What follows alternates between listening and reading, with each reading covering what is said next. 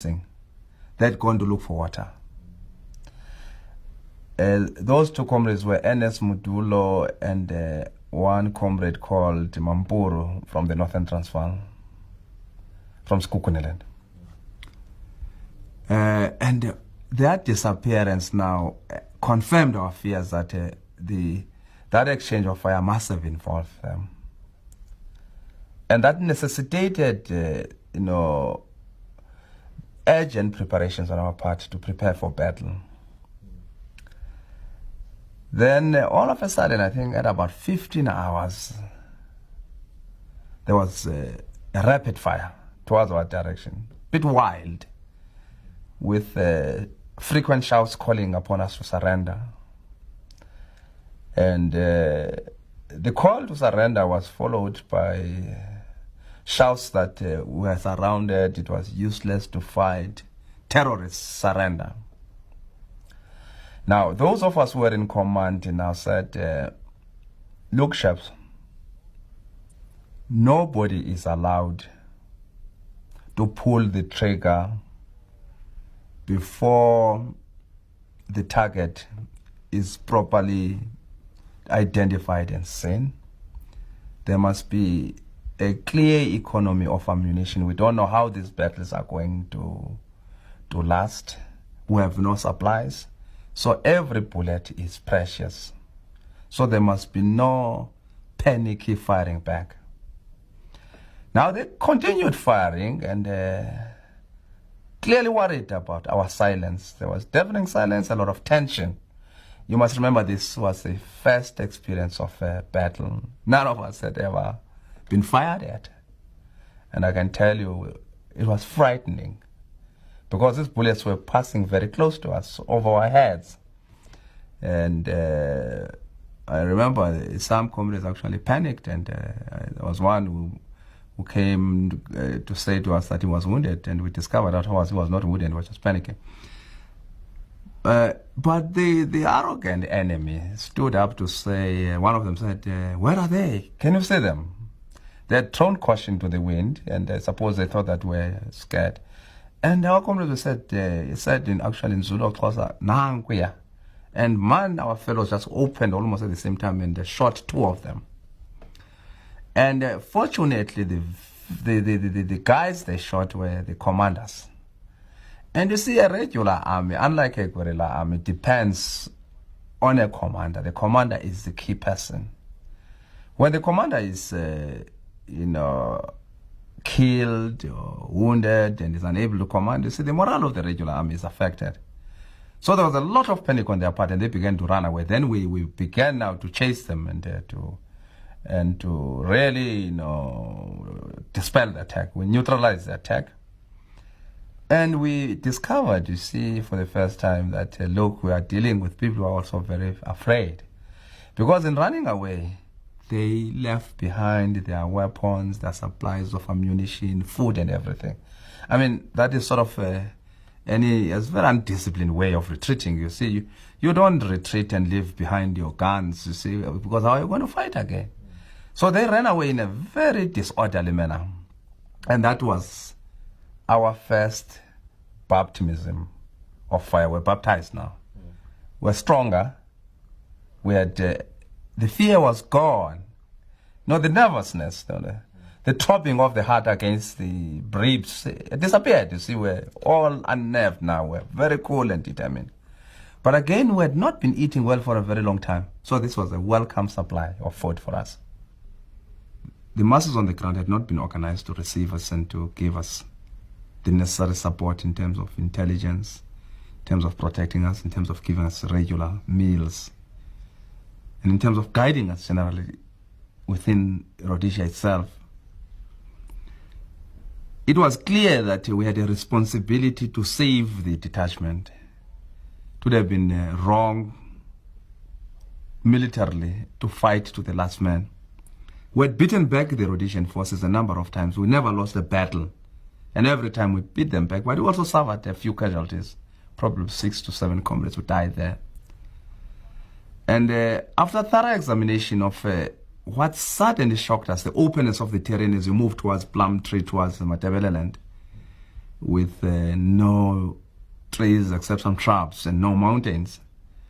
We felt that now we're beginning to be a sitting duck in terms of the enemy's planes. The planes of the enemy had bombed us twice. I mean, the jets and the helicopters. And that sort of compelled us to take a decision to retreat to Botswana in order to build up our forces, to re-establish, as well as to re-establish contact with headquarters in Lusaka. That we did, I mean, in terms of retreating to Botswana. But unknown to us, Botswana, South Africa, and Zimbabwe had been, pulled into the question of looking for us. Of course, probably different motives. Rhodesia and South Africa definitely to search and destroy. Botswana to identify us and arrest us and negotiate with the ANC about our presence. So when we went to Botswana, after a few days, we were discovered. There was a difference amongst us as to whether we should resist arrest and fight back.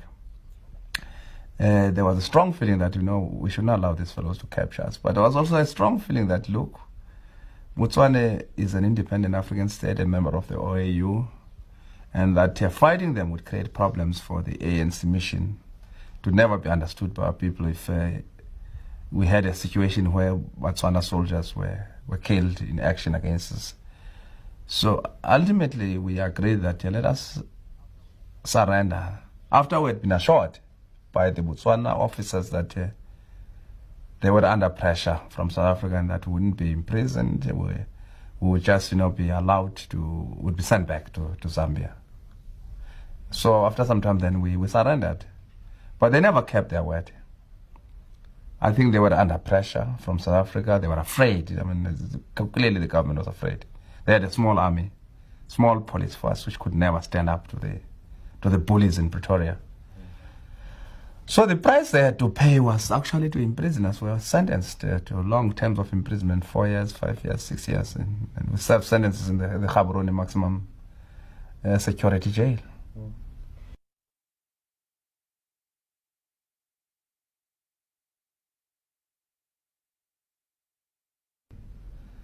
I was a militant and angry young man.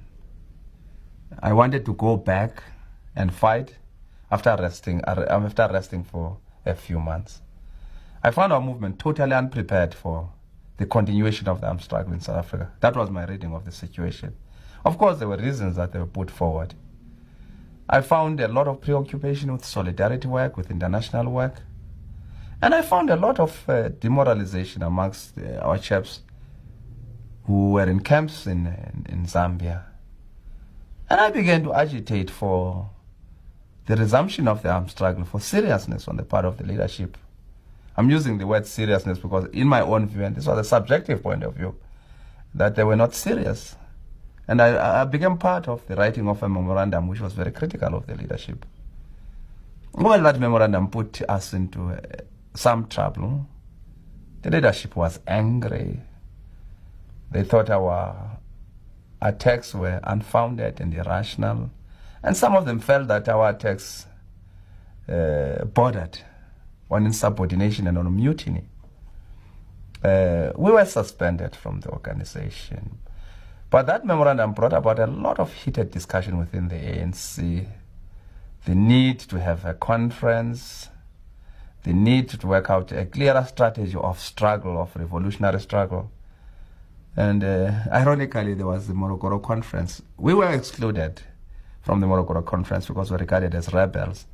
But I'm able to say that Morogoro Conference ushered in serious discussions which led to for the first time to the formulation of a clear strategy about the waging of a revolutionary war in the country, of a people's war, the need to build the underground, the need for propaganda, the need for mass mobilization. So, despite the fact that, I sort of suffered as a co-author of the document in terms of isolation, in terms of suspension, but I felt that I was going to to accept any sort of punishment, because I told the people, though some of them thought that I was a traitor, that with the ever escalating tension between South Africans, mainly of Africans of black race, I'm talking about the natives, the tension between us and the foreign nationals, especially our African brothers and sisters. What gets to be thrown in the face of South Africans is that during apartheid, these African countries opened their doors to South Africans and assisted South Africa or South Africans to fight apartheid. But are they telling the truth? Are they revealing the whole truth? Or is this just a case of blackmailing South Africans so that we do not take our African brothers and sisters to task for the crimes they are committing in South Africa, for destroying South Africa? It's important that we take them to task as well, to say, but when South Africans were living in those African countries, they were not committing the kind of activities that they are committing in South Africa. South Africans were not peddling drugs, we're not hijacking, we're not raping, we're not pimping their women. So it is important that we take things into context. So it has to be understood that we are not finding ourselves in a situation where we are being blackmailed, so that we keep quiet, we don't raise our voice against the crime that is being perpetrated by Africans in this country. Thank you guys for tuning in. My name is Tebos Kosana. The name of the platform is Izula Bansundu, the voice for Africans. Kamakuma Africa.